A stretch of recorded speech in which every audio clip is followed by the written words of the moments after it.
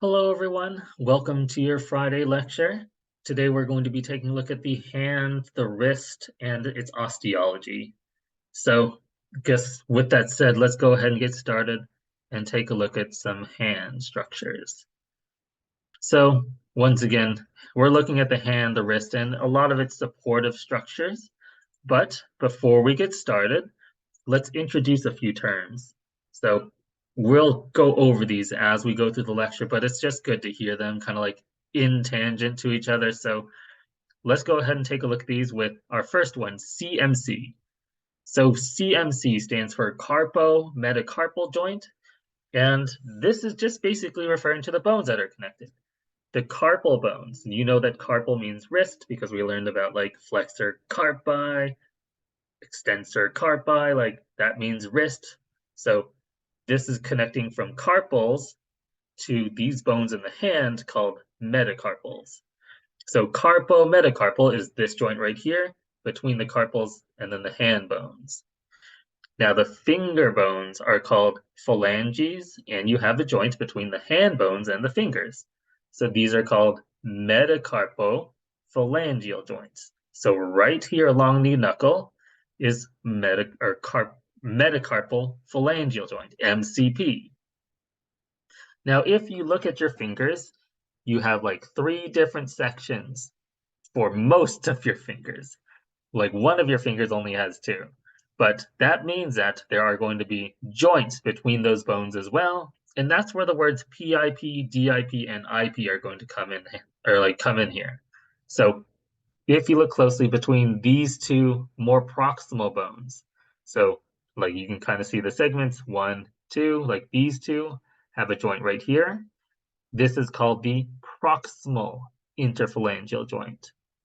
And then if you look between these two, your like last part and your middle part, those are called, or this is called the distal interphalangeal joint. And then your thumb only has one. So your thumb is going to be, well, basically just interphalangeal joint. Like it doesn't have a distal or proximal, it just has interphalangeal joint, and that's it. But then lastly, we have a couple of collateral ligaments, which we have actually talked about a little bit because I brought it up with the elbow and I even gave you the knee as another example, but radial and ulnar collateral ligaments. Those are basically the ones that help with connecting along the sides, in this case of the wrist. But just as a reminder, is the radius or ulna on the medial or lateral side? Because that's what you're going to be describing, like a ligament on the medial or lateral side or the radial or ulnar side. Now, with that said, let's go ahead and get started and take a look at these hand bones and hand regions. So I actually kind of talked about this a little bit, but once again, wrist bones. These are the carpals, and you'll have 8 carpal bones. So the 8 carpal bones are actually going to come in like 2 rows, and you can see 4 and 4 kind of lined up. Those together make up your wrist bones.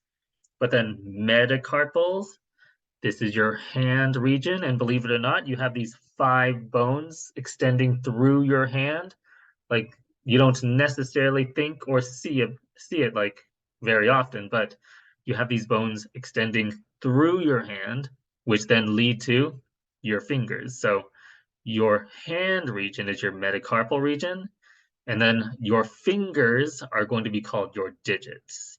So extending from like this metacarpal, these 3 parts of your index finger is your digit, and then the same thing for your thumb, except you only have 2. Now, there is one more kind of specific term that we'll use as well, which is called a ray, and that is going to include the metacarpal as well as the phalanges. Alrighty, so let's go ahead and start by taking a look at these carpal bone. And if you look closely, there is a lot of them, but there is also a mnemonic that you can use to remember these. So once again, you have 2 rows, a proximal row and a distal row. And when you look at their names from lateral to medial, there will be an order that you can use a mnemonic for. So the proximal row, starting from lateral to medial, she likes to play. And then the distal row, try to catch her. So this is going to be the 2 rows of the carpal bones. And if you look closely, they will line up along with these names as well. So proximal row, she likes to play, scaphoid, lunate, triquitrem, and pisiform, SLTP, and then distal row, TTCH, trapezium, trapezoid, capitate, hamate. So that's just one way that you can use to kind of remember these, but you can also use, I don't know, just grouping them together a little bit, because I like to remember that TT, trapezium and trapezoid, they're very close together and they sound very similar too. And then capitate and hamate, I know there is also lunate, but they also kind of sound similar too. So use what you can, but these mnemonics are very helpful, but there's actually a couple landmarks that will help with figuring them out as well. But let's go ahead and take a look at these wrist bones, starting off with the scaphoid. So the scaphoid is going to be the lateralmost bone, and it's going to be in the proximal group. So proximal as in like closer to the trunk, closer to the forearm. This is the scaphoid. So the scaphoid, located right here, is going to be along the side of the thumb or digit 1. So scaphoid, the most lateral. Now this bone is actually supposed to be boat shaped. I don't necessarily see it too much, but I mean, you take what you can. And just to note, like this is actually one of the most frequently fractured bones of the wrist, especially when you like try to stop yourself from falling, or when you fall onto your wrists in an abducted kind of position.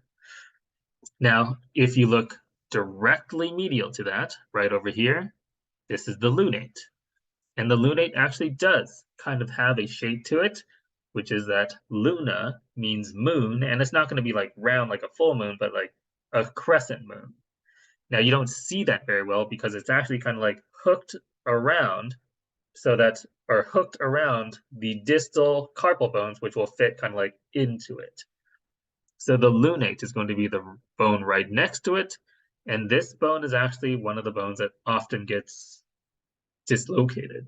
So it's kind of, what's the word?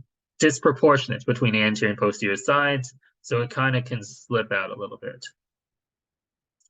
Now the next bone that we have is going to be the triquitrem. And the triquitrem, you can see down here as well. This bone is a little, oh, sorry. This bone right here is a little bit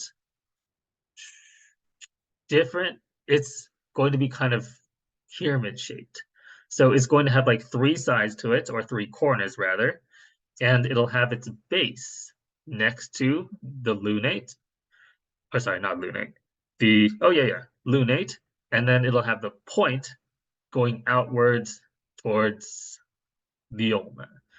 So in fact, it is kind of like at the border between the radius and the ulna.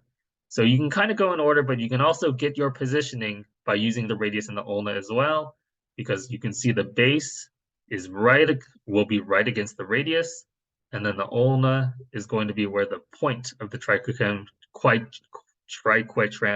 is going to go outwards towards. Now, if you look closely, one more bone, and unfortunately not visible on this side because it kind of like goes anteriorly. This is called the pisiform. And the pisiform is going to be a P-shaped bone. It's kind of like a small rounded part that projects a little bit anteriorly. And this is going to be where you have the flexor retinaculum like partially connected to. So the pisiform is one of the things that's going to help with allowing you to form the carpal tunnel, but it does project out a little bit anteriorly. But once again, this is the medial side. So we are seeing that this is on the side of digit number 5. Now, the distal row, try to catch her, will include trapezium, trapezoid, capitate, and hamate. So starting from lateral to medial again, distally, this one right over here, this is going to be the trapezium. So the trapezium, this is going to be right against the thumb. So you can see the thumb directly connected to it, and it's actually going to be kind of like a saddle shape, which is going to allow the thumb to really snugly fit into that groove. But then you also have the trapezoid, which is going to be right next to it. So trapezium, trapezoid. This is going to be the bone right against like digit 2. But one thing that I like to remember regarding trapezium and trapezoid is that going from lateral to medial, like they're both T, but they will also go kind of in alphabetical order.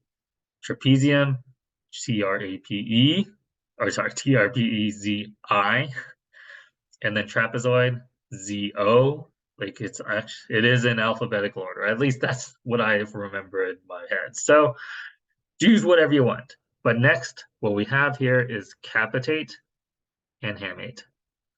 So capitate is actually the biggest of all of your bones, or sorry, all of your carpal bones. And then hamate is going to be the last bone. So capitate, it's big, it's going to be right against digit number 3. And then hamate is actually a little bit unique compared to a lot of your other carpals because it kind of does have a pretty prominent landmark because the hamate means hook. And it actually has its own little hook, which is going to be the hook of hamate. So a little hard to see, but you can see right here, this little thing coming off of it. That's the hook of hamate. So the hook of hamate extends a little bit anteriorly, similar to how the pisiform extends anteriorly as well. So if you can remember both of those are coming out anteriorly, that's another good thing to look for to identify either of the two. Now we'll talk a little bit more about this later, but the hook of hamate is actually also going to be something that kind of is related to some sort of injuries as well, because the hook of hamate will have the deep branch of the ulnar nerve running along it. So in fact, if you put excessive pressure on it, or if you fracture this hook, that actually could cause damage to this nerve. So with that said, let's go ahead and keep on going. Take a look at the metacarpals, and luckily, much simpler, but metacarpals are going to have a base, a shaft, and a head region. So the base region is going to be the most proximal side. The shaft region is going to be the long part. And then the head is going to be the part that is distally oriented, which is going to connect with the phalanges. So when you make a knuckle or when you make like a fist, the part that you're actually kind of like seeing right here, those are the heads of the metacarpals. So metacarpals are going to be going through the hand and then connecting to the fingers. But when you're talking about metacarpals, like you will number them 1 through 5. And if you look closely, number 1 is your thumb, and then it just goes down the list. 2 is going to go to your index, 3 is going to go to your middle, 4 is going to go to your ring finger, and then 5 is connecting to your pinky. So this is the same naming convention that we'll use for the digits. So it's just good to keep in mind that metacarpals will be the same. So taking a look at our phalanges, once again, we have different numbers of sections, but you can see that digits 2 through 5, like index, middle, ring, and pinky, they each have 3 sections, while the thumb only has 2, but either way, they do share similar names. So to start off with, if they are the proximalmost one, then that is going to be called the proximal phalanx. If they are the distalmost one, those are going to be called distal phalanx. But then only digits 2 through 5 will have a middle phalanx, which is in between the two. Now, another term that you may be hearing and seeing on the slide is phalanges. Phalanges is basically the plural form, while phalanx is the singular form. So you'll often hear them used somewhat interchangeably, but they are slightly different. So you can see, for example, this would be the proximal phalanx 3, middle phalanx 3, and then distal phalanx 3. And then your digit 1 only has 2, proximal phalanx 1, distal phalanx 1. So just to note, like name each number based off of which digit. I know there isn't a middle phalanx 1, but this is still middle phalanx 2. You just start at 2.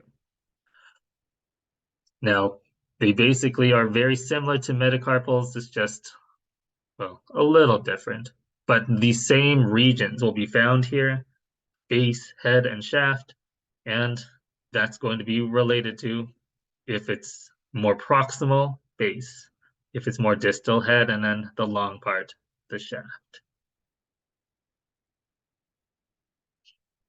Oh, there is one part, I guess, that you can also identify, which is the very distal parts of the fingertips. That's where you'll have a slightly flattened part, which is called the tuberosity. So that's for the distal phalanx particularly.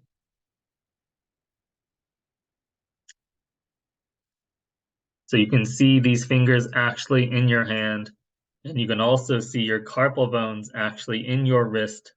So we'll be taking a look at these in lab, but yeah, that's your hand and that's your hand bone. So cool. All right, so let's talk about the movements that you can have, like for your hand and fingers as well.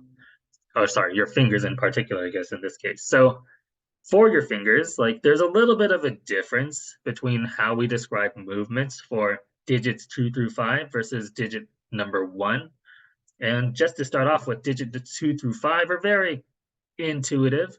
So basically, 2 through 5, if you are going to decrease the angles, this is called flexion. If you increase the angles, this is called extension. So good. I mean, so far so good, I think. But then along the frontal plane, like along the frontal plane this way, this is going to be abduction and adduction. And abduction and adduction, I know that we usually describe that for the midline, but in this case, the midline for the hand is digit number 3. So if it's going towards digit number 3, it is adduction. If it's going away from digit number 3, it is abduction with a B as in boy. Now the thumb is going to be a little bit special though. So the thumb, I mean, you know the thumb is an opposable digit in our hand, and it's going to have quite a few kind of like different types of movements. So flexion and extension is going to be a little bit different. So it is still going to be kind of like bending the thumb, but it's more like bending the thumb towards the palm of the hand. So it's running along the coronal plane. So bending the thumb and then extending the thumb outward. So bending, extending. Now abduct and adduct is going to be a little bit different as well. Abduct is actually going to go a little bit anteriorly. So it's a little hard to see, but it's going to go a little bit anteriorly. When you abduct, and then adduct is going to once again be like bringing it close and next to the hand again. So abduct, adduct, abduct, adduct, and then flex, and then extend. Now, the one that's a little bit different here, though, is a movement called opposition. In opposition, I can only describe as like a combination of two, which is going to be a little bit of flexion and a little bit of adduction. But the main thing that you need to know for opposition is that this is the movement that you use to oppose any of your other fingers. So going from this position to this position, it's a little bit of flexion and a little bit of adduction, bringing it closer to the midline. So we will take a look at this in some other pictures as well. But let's go ahead and also talk about the joints of the wrist as well. So there's a lot of them. That's what I have to say about that. Like you can see that there are joints between all of your carpal bones. There are joints between your carpal bones and your radius and ulna, carpal bones and metacarpals, carpals and phalanges and more phalanges. So there's going to be a lot of joints and there's going to be a number of ligaments. So let's go ahead and get started and see how the hand is going to be supported, as well as how all of the tendons are going to travel through it as well. So to start off with, the radiocarpal joint. Now, the radiocarpal joint is basically between the carpals and the radius. And that's largely because the ulna doesn't do that much in this joint. So it's going to be supportive, but it doesn't necessarily have a lot of direct articulation. So this is called the radiocarpal joint, which is basically like your wrist joint. And there's a couple of different movements that I'm sure you're familiar with. Flexion, bending the wrist. Extension, straightening out the wrist. And then radial deviation and ulnar deviation, it's basically abduction of the wrist or adduction of the wrist. So when you go like to the side, either abduct, going away from the midline, or abduct, going towards the midline.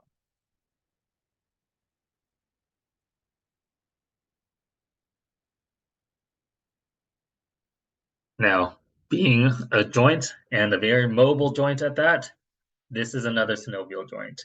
So we haven't really had anything but synovial joints yet. But being a synovial joint, guess what? There's also a fibrous joint capsule and a synovial membrane. So very typical so far.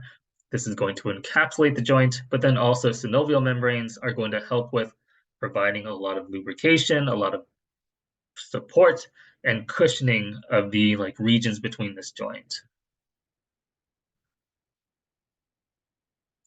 Now, there's also going to be various ligaments that we're going to see here as well, though.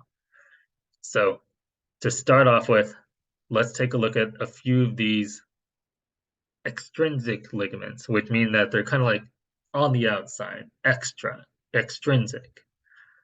So to start off with, a lot of these joints, or sorry, a lot of these ligaments are going to be named based off of what they connect.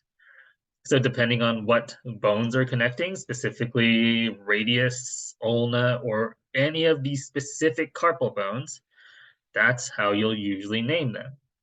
So to start off with, radioscaphocapitate. So radioscaphocapitate. Now let's also think about this for a sec. Is the scaphoid going to be medial or lateral? So do you remember your mnemonic? She likes to play. The only one that starts with an S is the first one. And that's going to be starting from lateral to medial. So scaphoid is going to be on the lateral side. And furthermore, this is the radius on the lateral side as well. And you can see radius, scaphoid, and then in the middle, capitate. So this one right here, this is the radioscaphocapitate ligament. So going from radius, scaphoid to capitate. Now let's do the same thing for the next one. Radiolunate. Where is the lunate? So she likes, that's going to be the second one right next to the scaphoid. So radio, once again, radius to scaphoid going over here. Radiolunate, radiolunate going to the lunate over here. This is going to be the radiolunate ligament. And then radioscapholunate. So radioscapholunate, it's going to be radius to scaphoid and lunate. So radioscapholunate, you can see down here, going from radius to both scaphoid and lunate. And then on the medial side, you can see that there is another one, which is more for the ulna in this case, because ulna is medial. This is ulna triquetral. So ulna triquetral. So you can see that going on right over here. And that's going to be, sorry, right over here. And that's going to be the ulnar triquetral, which is going to be on the medial side. But a couple of these also do have a different name as well, which is that radial collateral is kind of connected to radioscaphocapitate, and then ulnar triquetral will be connected to ulnar collateral, which is like the ones on the side again. So this is going to be kind of connected. So if you look at this one, you can see it a little bit more what they're like referring to though. Because if you look at this one, here's radioscaphocapitate again. It's kind of continuous with the radial collateral.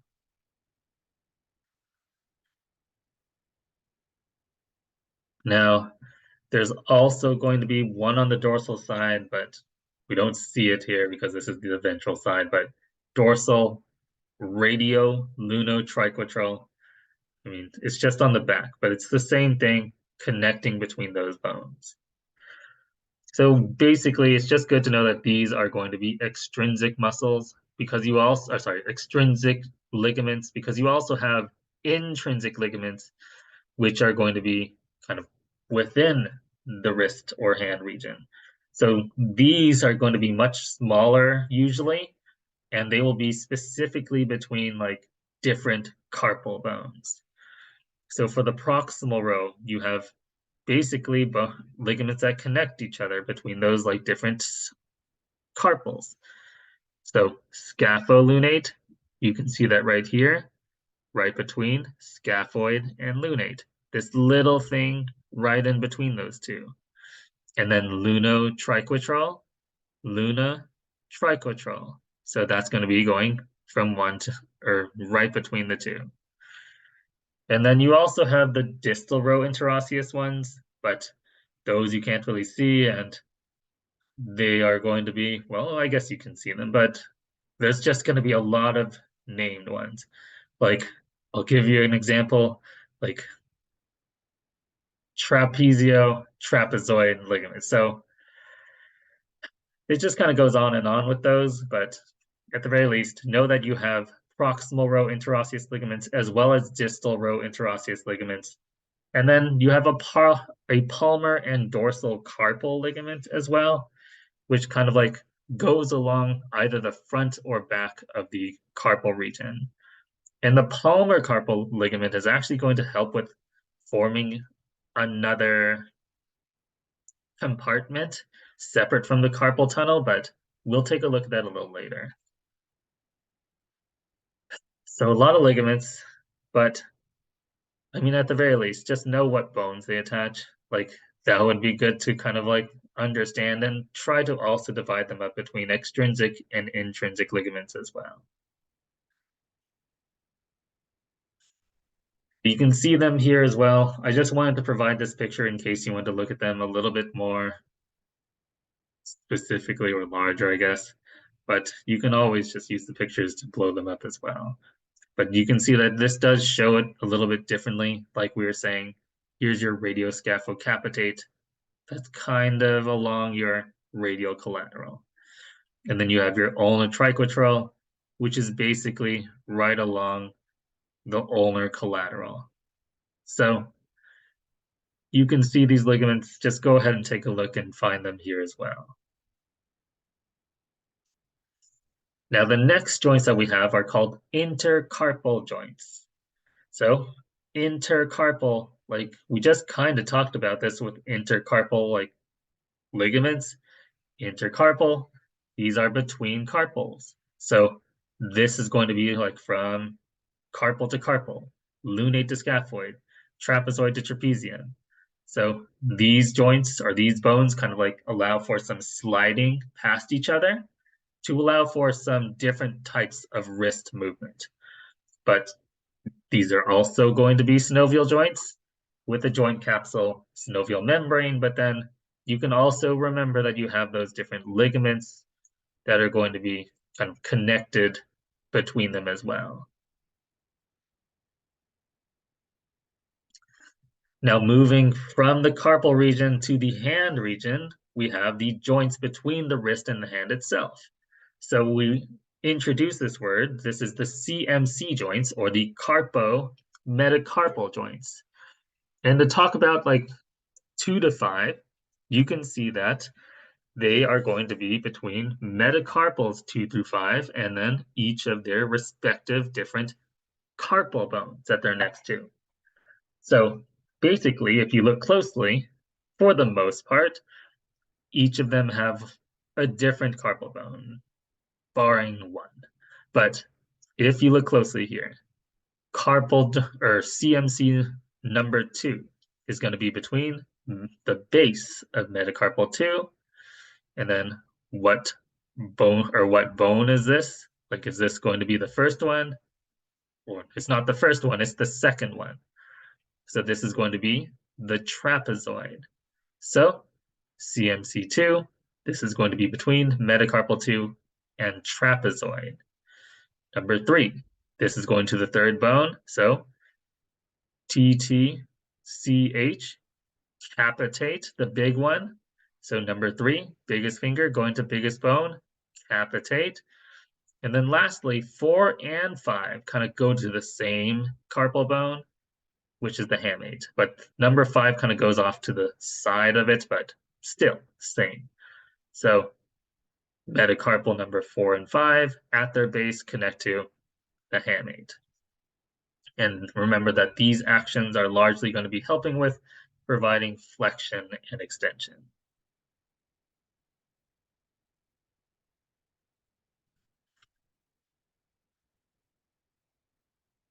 So these joints, once again, synovial joints, meaning that they have a joint capsule, they have a synovial membrane, but they also do have ligaments as well. So these are a little bit different from before. So let's go ahead and talk about these at least a little bit.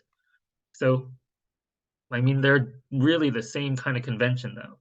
When you say the word carpo-metacarpal ligament, what do you think those are connecting? The carpal bones and the metacarpal bones. And then furthermore, dorsal carpo-metacarpal ligaments, those are the ones on the back.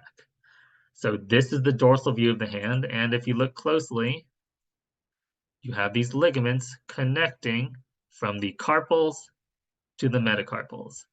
These are the dorsal metacarpal ligaments. These are going to be like providing a lot of stability. These are going to be quite strong in the hand. Now, you have a counterpart on the front, which the opposite of dorsal in the case of the hand is going to be called palmar. So you have palmar carpo-metacarpal ligaments, which would be on the front as well. And then you also have those interosseous ligaments. So you have interosseous intercarpal ligaments. We talked about those. Those are the ones that are like in between the carpal bones, but the metacarpals also have the same thing. Interosseous, intermetacarpal ligaments. Those are going to be these up here. So connecting between the ligaments, those are going to be interosseous, intermetacarpal ligaments. And then you will have superficial and deep transverse metacarpal ligaments as well, which are going to be helping to connect them between each other a little bit more. So we will look at the hand as well as its joints a lot more later. So let's keep on going to once again talk about the type of joint. So intermetacarpal joints. So intermetacarpal joints, those are going to be between carpals. So, or sorry, in between metacarpals. And those are going to be very similar to everything we've basically talked about before, but they will be synovial joints. They're going to help with connecting between metacarpals, and they will have those ligaments that we just talked about. Now, one carpal metacarpal joint that is slightly different from the rest, we have the CMC number 1. which is going to be the one that's connected to the thumb. So if you look closely, you have the thumb and its metacarpal 1, but then the bone that is connected to here is the trapezium. Now, the trapezium is a little bit special in that it has a kind of like specific, like really kind of clear groove or shape that is going to allow the thumb to kind of like fit right on top of it. So this is going to be where the metacarpal fits on top of the trapezium.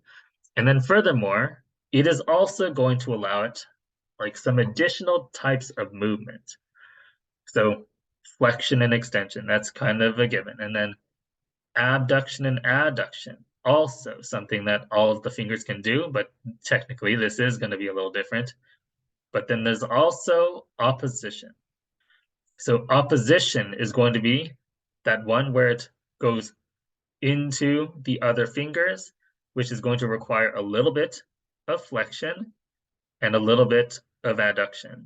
So it adducts and flexes to help with bringing it closer to your other fingertips. And then it does do a few more things, which is called reposition. Like it could just kind of like move a little bit more in different angles than other fingers. Now, if you want to see these different types of action, this is kind of what you'd expect. So abduction and adduction are somewhat similar, but abduction is going to be a little bit more along the like sagittal plane. So it is actually going to bring the thumb a little bit anteriorly as well as out. But adduction is going to be exactly what you think. This is going to bring the thumb inward towards the rest of the hand. Now, extension is similar to abduction, but it doesn't bring it anteriorly. Extension is just going to be what you typically think of abduction, which is just kind of like straighten the thumb as well as out. Now, flexion, on the other hand, is going to be able to bend the thumb, but also bend it along the frontal plane, along the palm of the hand. So this is going to be flexion of the thumb. And then opposition is going to be where you can touch your other fingertips with a little bit of like flexion, rotation, and adduction. And then reposition just allows you to kind of like move the thumb a little bit in kind of different angles. So this is the one that's a little bit weird about like the hand.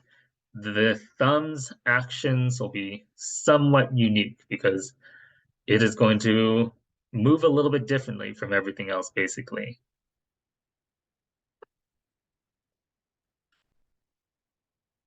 So keep in mind, the CMC, it's a synovial joint. It's got a joint capsule, it's got a synovial membrane, but it also does have like ligaments that help to connect it as well, like the radial collateral ligament, as well as an ulnar collateral ligament as well.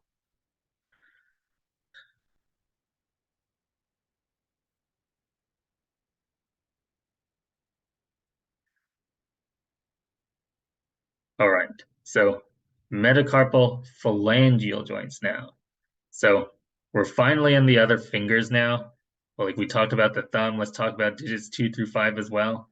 So metacarpal phalangeal joints, those are going to be between metacarpals and carpals. So between the hand and the fingers, those are going to be this one right here at the very base of the fingers. So this would be like this movement. If I can keep my finger straight, it would be this movement specifically. Like these would be different, but moving this joint is the metacarpophalangeal joint. So this is where you can do flexion and extension, adduction and abduction. So this could do those actions, but in a much more traditional sense compared to the thumb.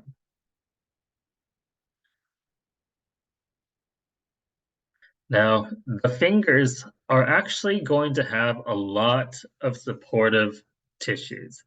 like it's going to be not just ligaments, but also stuff that helps with encapsulating these structures and providing a lot of different types of support, as well as different types of, I guess, lubrication, or just allowing for a lot of movement within these different like joints. So first of all, it's a synovial joint. It's got a joint capsule, it's got synovial membranes. But if you look closely, you have a lot of different ligaments kind of surrounding each of these joints. And just looking at the metacarpophalangeal joint, looking down here, if you look closely, there's kind of like a connective tissue along along the deep side, or sorry, yeah, the deep side of this tendon where the tendons would rest. This is called the palmar or volar plate. So volar, you can basically kind of think of that as the opposite of dorsal. So palmar or volar, like volar you can technically use in other body parts as well, but palmar and volar for the hand will be the same thing. So palmar or volar plate will be this region right here, right along the base of the phalanges, and that's going to be a fibrous connective tissue or fibrocartilage that's going to allow it to support these tendons that are going to be running along it. So this is going to help with making sure that the joints don't hyperextend. Like these are going to keep the fingers kind of in place. But then you'll also have these kind of special things called fibrous digital sheaths. And these fibrous digital sheaths are going to be the things that help with surrounding the tendons in this case. So right along each of these, well, let's try to look at this a little more closely.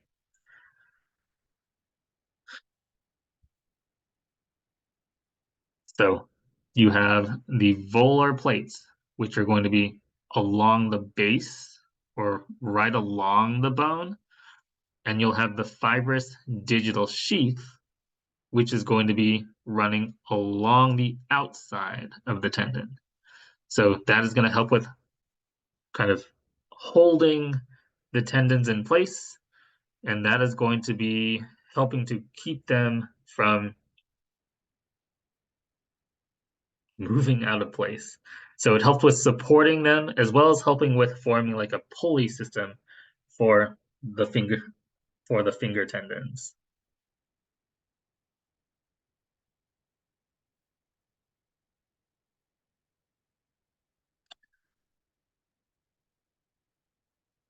Now, the first metacarpophalangeal joint, I mean, it's very similar. Oh, shoot. I forgot to talk about. So if you look over here on the side of the finger, you'll also see that there are these ligaments that run along the side of each of the digits. And for that, there will be a medial as well as a lateral one. And those are going to be the radial and ulnar collateral ligaments for each of the fingers. So these collateral ligaments, like for each finger, is going to be helping to support the fingers on the sides.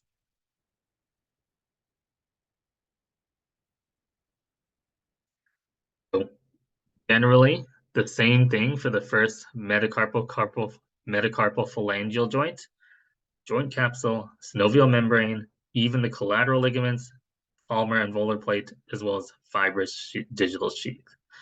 I mean, the main difference is that it's going to just be the thumb instead. So this is going to be allowing for more movement, which is a little different from the rest of the fingers.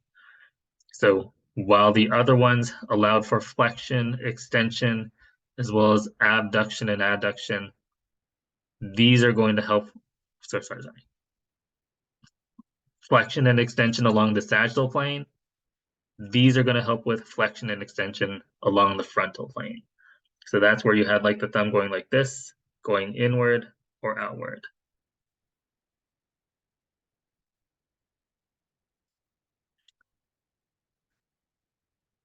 Now, to bring up the fingers even more, we've got interphalangeal joints, which interphalangeal means between the phalanges. And these are going to be a little bit different for your thumb and digits 2 through 5, but I mean, it's still the same kind of like thought process. So if you look closely, you have a middle and a proximal phalanx right here. The connection between the two is a proximal interphalangeal joint, or PIP. And then if you look here, you have a middle and distal phalanx. This one over here is going to be a distal interphalangeal joint. So keep in mind that depending on which tendons we're talking about, sometimes they will only go across one of these joints.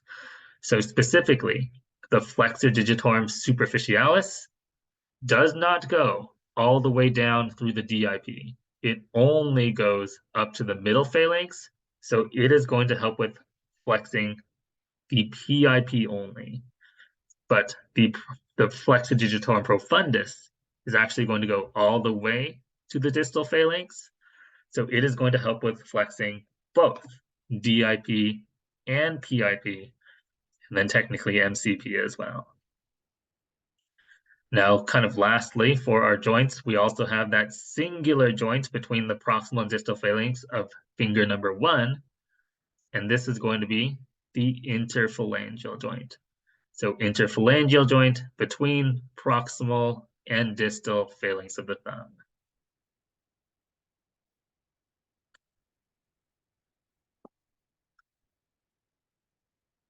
Alrighty. So these are very similar to like what you saw with the MCP because they are synovial joints. They have joint capsule synovial membranes, and then even furthermore, they have radial and ulnar collateral ligaments. They have the palmar or volar plate, and then they also have the fibrous digital sheath.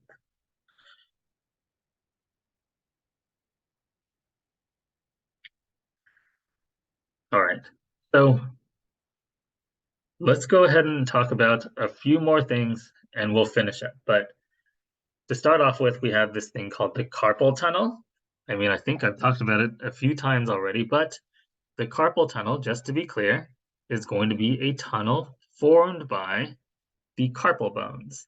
And the carpal bones are going to form kind of like the sides as well as the posterior side of this. But then the anterior side of this kind of like connective tissue going across, this is going to be called the flexor retinaculum or the transverse carpal ligament. So you can see that the back side is going to be formed by like these carpal bones in the back, but then you would have the pisiform, you would have the hook of hamate, as well as the trapezium and the scaphoid that are going to be helping to form the sides of the carpal tunnel. But if you look closely, there is going to be 10 things that go through here. 4 tendons for one muscle, 4 tendons for another, and then one more tendon for a singular muscle, and then the median nerve. So just to explain, 4 tendons because there's going to be 4 tendons for flexor digitorum superficialis, another 4 tendons for flexor digitorum profundus, and then a singular tendon for flexor pollicis longus, and that's going to be giving us like 9 tendons. But one more thing, the median nerve travels through there as well. So just to be clear, like when we talk about the carpal tunnel, we're not necessarily talking about like the kind of like place where you put your watch on. It's slightly above that. So your carpal tunnel is like literally in your wrist, like not like on your forearm. So you can see the carpal tunnel here again. Or sorry. Well, you can see the carpal tunnel here again, but that's where you have like all of those tendons as well as that singular nerve. But there's also another kind of like space that's going to be formed here as well, which is called the ulnar tunnel or the Guyon's canal. So if you look closely right over here, this is where you're going to have the ulnar artery, and the ulnar nerve traveling through. So the ulnar artery and ulnar nerve is going to be traveling through here, and that is going to be slightly outside of the carpal tunnel, but it is technically in a separate compartment. So this is where you have that palmar carpal ligament that is going to be a little bit superficial to the flexor retinaculum. Like it's very, very easy to think that that's going to be flexor retinaculum, but it's slightly above it. So this right here is where you have the ulnar artery and the ulnar nerve kind of within this region, like between flexor retinaculum and then the palmar carpal ligament. But then you also have the pisiform, which is going to be on one side, and the hamate, which is going to be on the other. So hamate and pisiform, those are going to be helping to form the walls of this as well. Now, I don't know if I have it in here, but yeah, I do want to just point out real quick, like if I get to it again, like I'll just talk about it again. But if you look closely, that palmar carpal ligament also covers one more ligament, which is going to be technically outside of this region right here, like outside of the carpal tunnel. And this is your flexor carpi radialis. So flexor carpi radialis is also covered by that palmar carpal ligament, similar to the ulnar nerve and artery.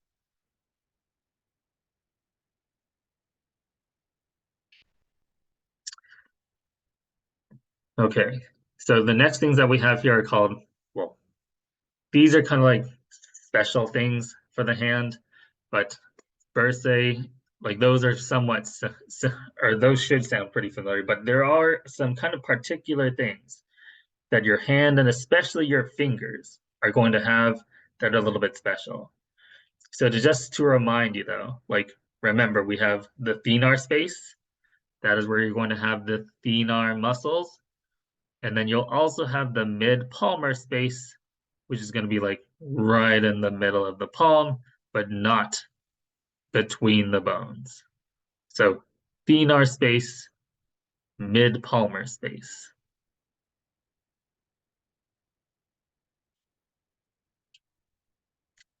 So the first thing that we're going to take a look at is something called a synovial sheath. So if you recall, I kind of used the word encapsulate, and I didn't mean that, or like I kind of meant that like almost literally, because if you look at these ligaments, or sorry, if you look at these tendons, they are not just going to be kind of like held in place, kind of like really haphazardly. It's not going to be just like in the fascia somewhere. It is actually going to be encapsulated, and it's going to have a synovial sheath as well as a fibrous sheath that surrounds it. So the synovial sheath you'll be able to see extending like from the fingers and then kind of like going all the way into the mid palm. So synovial sheaths, those are going to be surrounding the flexor and extensor tendons, helping to provide a little bit more lubrication as well as support to these tendons.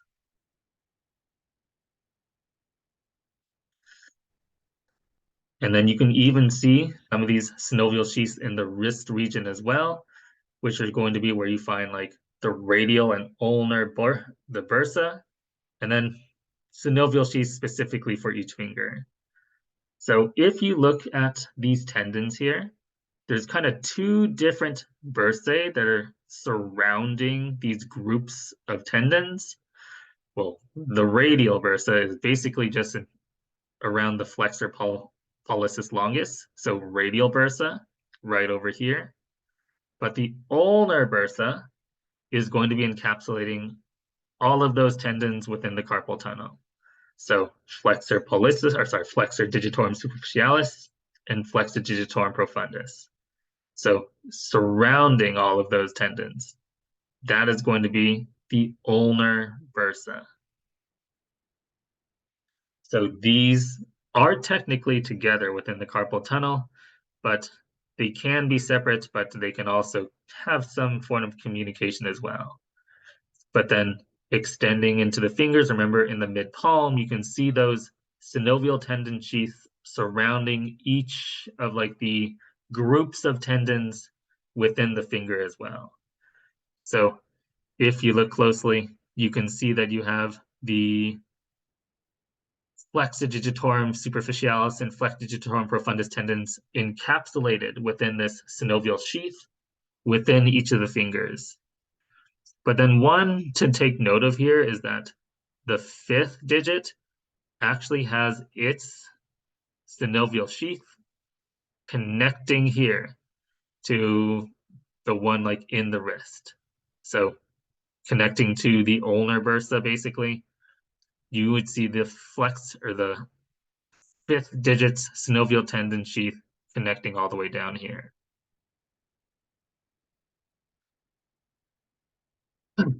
So I know we've kind of been neglecting the extensor side, but basically the extensor side is kind of grouped into these different compartments, I suppose it would be called. But depending on which compartment, it just kind of like includes a couple of muscles each. So this one is going to be kind of like separate. Just know kind of which ones belong to which, but you have 6 of them. And you can see like which ones are kind of like close together as well. So abductor pollicis longus, extensor pollicis brevis. Those two are like right next to each other. That's going to be a compartment. Extensor carpi radialis longus, extensor carpi radialis brevis. Those two are going to be right next to each other again. And then extensor pollicis longus, that one is a little bit separate. Like, well, these two are going to be compartment 1. This one is a little bit separate with extensor pollicis longus. And an extensor digitorum and an extensor indicus. Those two will end up being like along the same path. You can see that there's a second tendon for extensor indicus here, and then extensor digitorum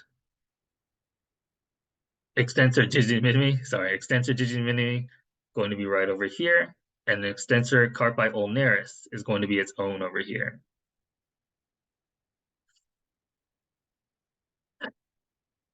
Alrighty, so almost done, but there are a few things that you'll see surrounding like these digits as well. Like it's not just the synovial tendon sheaths, but there will be these tendinous or fibrous connective tissues that are going to be surrounding it as well. So you really want your fingers to be well supported. So you're going to see that you have quite a few things that are going to be surrounding them. So if you look closely, like each of your tendons will have these different parts that are going to be along the front as well as the sides, helping to support them. So these will include annular ligaments, which are going to be across the front, as well as cruciate ligaments or cruciate fibers that are going to be on the sides.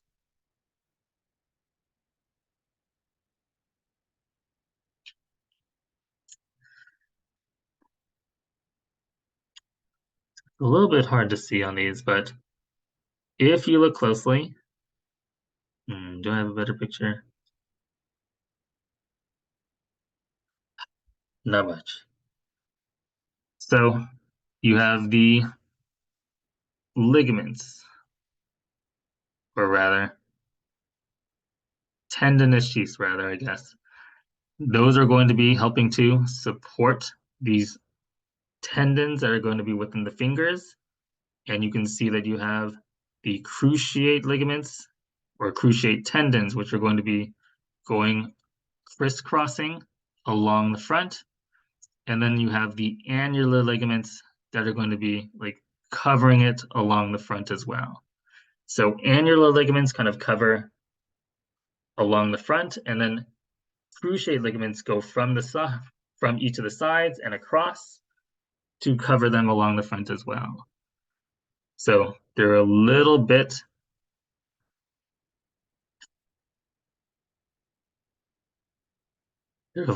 in depth, but you can definitely see them here. Like if you look at A1, A2, A3, those are the annular ligaments. Those are going to be covering the metacarpal joints, the each of the interphalangeal joints, and then going across, like from side to side, those are going to be the cruciate ligaments or the cruciate tendons on the sides. So these will help with kind of forming a support structure, but also it will help with forming like the pulley system that they will be able to bend at for each of the digits as well.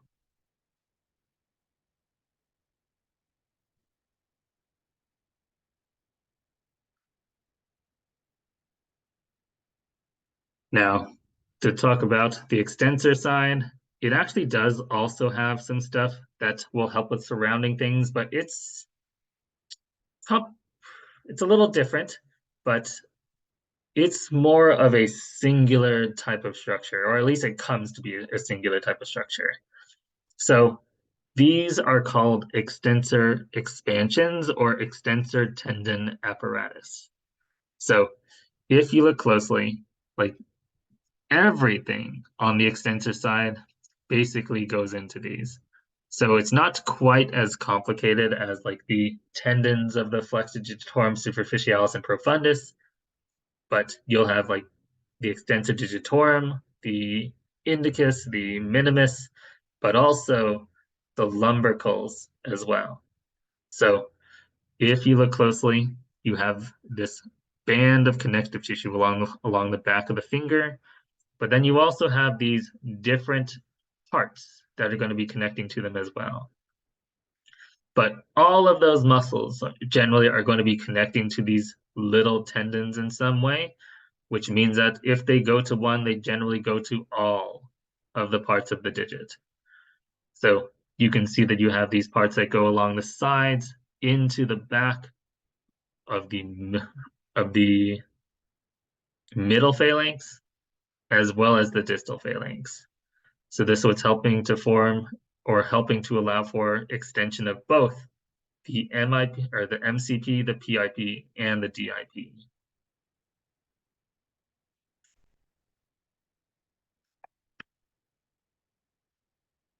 All right. So just a couple things to talk about. Something that we actually kind of already talked about at least a little bit. Well, actually, this one's a little bit on the special side, but we have something called the De Quervain's tenosynovitis. So if you look closely, this is going to be the extensor side. So it's not exactly known what's going to go or what's happening here, but or like how it happens. But basically, if you have the extensor pollicis longus as well as the abductor pollicis longus as well, you could have this thickening right here along the tendinous sheath. So if you do, like it could just cause some issues with extending the thumb. Now, we talked about the ulnar nerve. The ulnar nerve is going to be going through the Guyon's canal, but also it's going to be running along the hook of the hamate. So the hook of the hamate, that is going to be right along the medial side of the wrist, and then the ulnar nerve is going to kind of travel up along the hook of the hamate, but then around the hook of the hamate. So if you have like an issue with the hook of the hamate, if you were to fracture it, it could cause damage to the ulnar nerve, but also if you were to put excessive amounts of pressure there as well, like one way that you can do that is by leaning a lot onto it, especially when you ride a bike or something of the like. That can actually cause like an issue or damage to that nerve. So if you have damage to that nerve, you could have weakness in the hypothenar muscles, as well as loss of sensation in digits medial 1.5.